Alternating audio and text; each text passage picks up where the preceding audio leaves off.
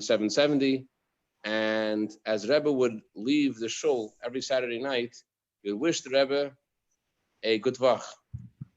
And one week with Motzei Shabbos, the 19th of Kislev, which is Rosh Hashanah for Chassidim, instead of wishing the Rebbe a good week, he should have probably wished him a good yantiv because it's Kislev. So he wished the Rebbe a good vach, and Rebbe looked at him and said, a good yantiv.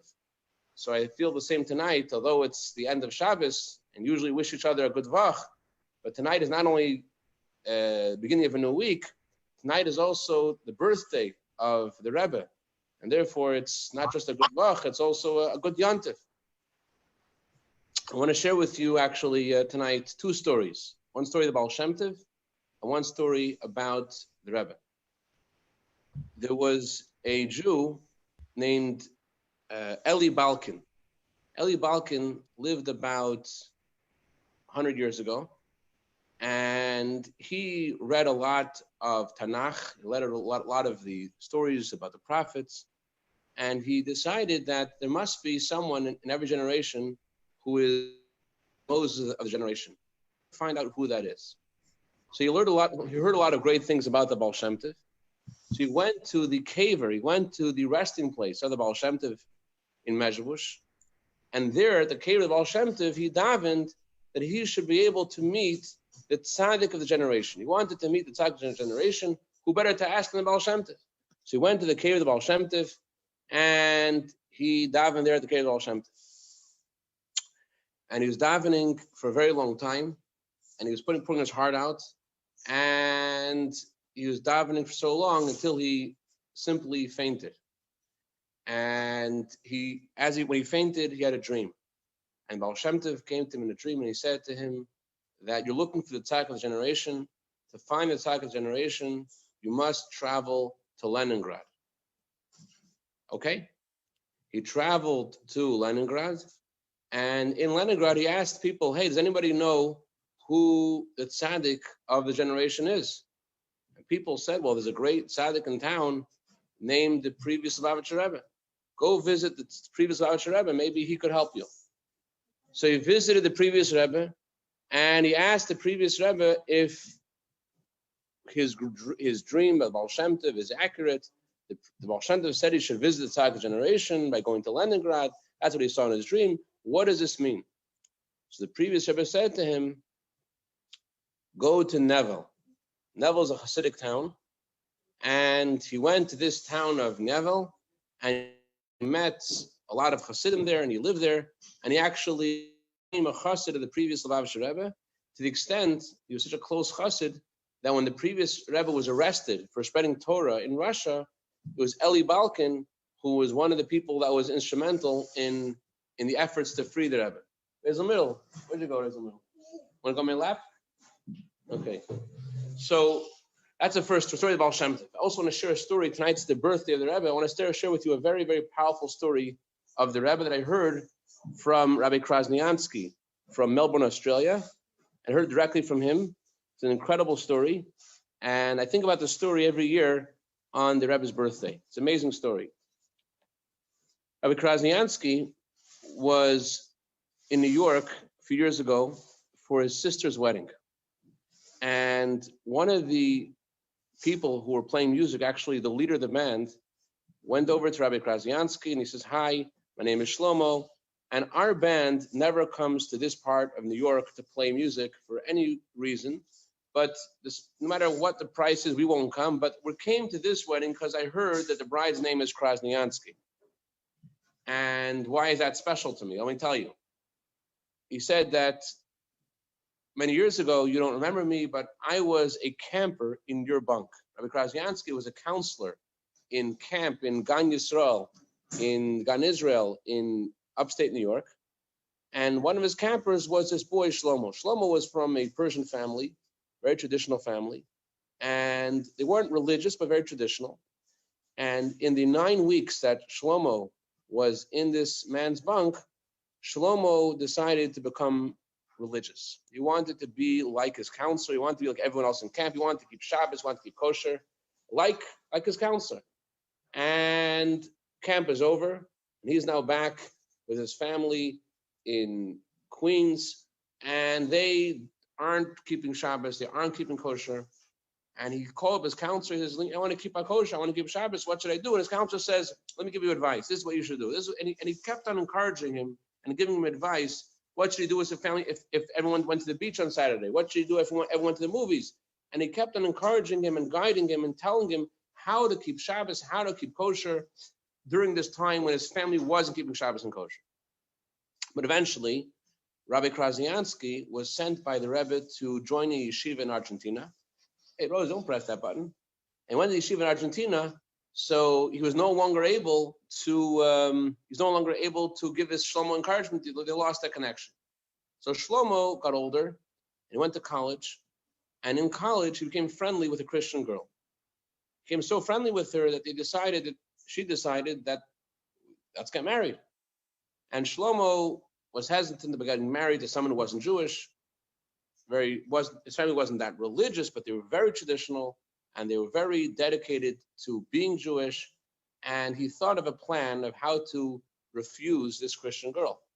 He'll tell the girl, hey, let's go speak to my parents. Let's go tell my parents how we want to get engaged.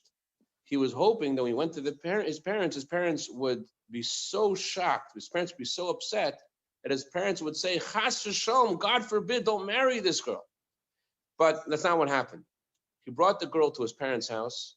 When they came to his parents' house, instead of his parents being upset, his parents went to the Christian girl and to him, and they said, thank you so much for sharing the good news. Mazel tov. May it be an auspicious hour. We're so happy that you found someone, Shlomo. And Shlomo didn't have the wherewithal to refuse this girl after his parents had given the blessing. So Shlomo knew it was a wrong thing to marry this girl.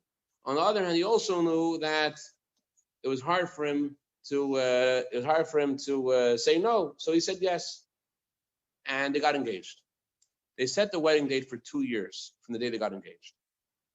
In the interim, Shlomo's grandfather died. Shlomo's grandfather died in the mid-'80s, late 80s, and Shlomo's grandfather left just for Shlomo $1 million. He was very wealthy. And his beloved grandson, Shlomo, got from him in his will $1 million. So this fiance of his said to Shlomo, you know what? You have $1 million. Let's try to invest this. Let's start a business together.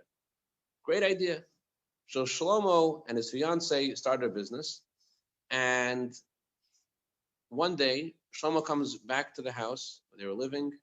And as he walked in the home, he suddenly had this sense of dread because everything was gone. Everything. The only thing that was left in the house was his clothing. Everything else was taken. And he realized instantly that he had lost everything. He had lost God and Torah a long time ago.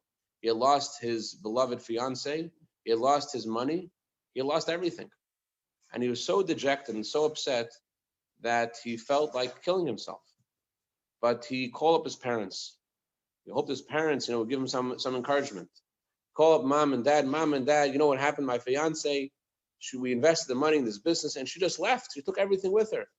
So his parents said to Shlomo, it's your fault. You were mean to her. You weren't nice to her. It's all because of you. If you would be nice to her, she would have stayed with you. It's all your fault. And we're not supporting you. Now, this was the last straw for Shlomo. This Shlomo was like, he doesn't have it. Now even his parents don't support him. So Shlomo felt really like killing himself. But killing yourself in the 80s isn't like killing yourself in 2020. Instead of going on Google and figuring out the best way to kill himself, Shlomo went to the Brooklyn Public Library and he took out some books on suicide. And he was sitting in the library reading books about suicide, thinking about what the best way he can kill himself. As he's reading these books, Shlomo has this memory. What happened was, he remembered that after camp was over, his counselor, Rabbi Krasniansky, had arranged for his entire bunk, all the boys in the camp, to visit the Rebbe for Simchas Torah. And he remembered how on the whole night in Simchas Torah, they were dancing, they were singing for a whole night on this bench. And after Simchas Torah was over, the entire bunk had a private audience with the Rebbe. He remembers how special that felt. He remembers how special it was being with the Rebbe and the Rebbe looking at him and if you're listening to him. And he decided before he's going to do anything rash, he's going to visit the Rebbe one more time and talk to the Rebbe. But visiting the Rebbe then was different than visiting the Rebbe years before. When he visited the Rebbe before, he had a private audience and he could talk. But in the 80s, the Rebbe would give out dollars every Sunday. Every person would pass by, and the person had with the Rebbe barely a second. So Shlomo didn't know that. He thought they'll go to the Rebbe and ask for a bracha, ask for advice, and figure out a good vach, what's machstum. They'll figure out what to do. The Rebbe will give him advice. So he waited on the dollar line and waited there for several hours, hoping to have a moment with the Rebbe and explain to the Rebbe what's going on, what the issues are, and why he needs advice, and how terrible his life is, and he needs help. So he came to the Rebbe, and he's waiting online for hours. And during this time he's waiting online, you know that girl raised a mill? You know what that is? While he's waiting online, he is thinking, how is he going to compress his whole life story into 2 minutes? He's thinking he's going to have 2 minutes with the Rebbe. How is he going to put his whole life story into 2 minutes? But he can't think of anything. But after a while, he's there for hours, he figures out what he's going to say in 2 minutes. But as he approached the Rebbe, he got closer, the line switched from the men to the women. The women started to go by. And he saw that you don't have 2 minutes with the Rebbe, you have barely a second with the Rebbe. The Rebbe says, bracha v'atzlacha, gives you $1, and you go. So what's he going to do? He has only a second.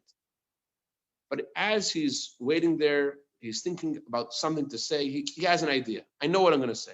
The line goes on. The women are going past the Rebbe. The women are filing by. And now the men start going. It's his turn. But as happened to many people, it happened to him. Being in the Rebbe's presence, seeing the Rebbe face to face, look at Rebbe's blue eyes looking at him, you couldn't say anything. The Rebbe gave him $1. The Rebbe said, bracha v'atzlacha. And that was it. And he left the Rebbe's presence and he was heartbroken because he had lost his chance. This was the one thing he wanted to do in this world before killing himself. And now nothing happened. But then Rabbi Groner, called him back. Rabbi Groner says, the Rebbe's calling you back. He goes back to the Rebbe. The Rebbe gives him another $1. The Rebbe says to him, this is for a new beginning. He realized that what the Rebbe meant was, very simply, the Rebbe saw everything that had happened to him. And the Rebbe said, telling him, you're going to have a new beginning. Don't look at the fact that your fiance left. Don't look about the fact that you lost $1 million. Don't look at the fact that you left your Judaism and your Shabbos and your kosher for so many years. Don't look at all that. Now it's time for a new beginning. Now it's time for things to start over again. And he heard that deeply into his heart. It really meant a lot to him. And he went into the little shul upstairs in 77, and he sat down on a bench and he started to cry. Like he never cried before, going through his whole life, and he just was it was overwhelming. And he told Rabbi Krasiansky that as I was sitting there and as I was crying, who did I see? I saw you. Because Rabbi Krasiansky, although he lives in Melbourne, another of his sisters was getting married then in 1988. And when Rabbi Krasiansky came into the little shul, he says, you looked at me and you recognized me, but you didn't say hello to me because you saw I was just overwhelmed. I couldn't speak at all. I was also overwhelmed.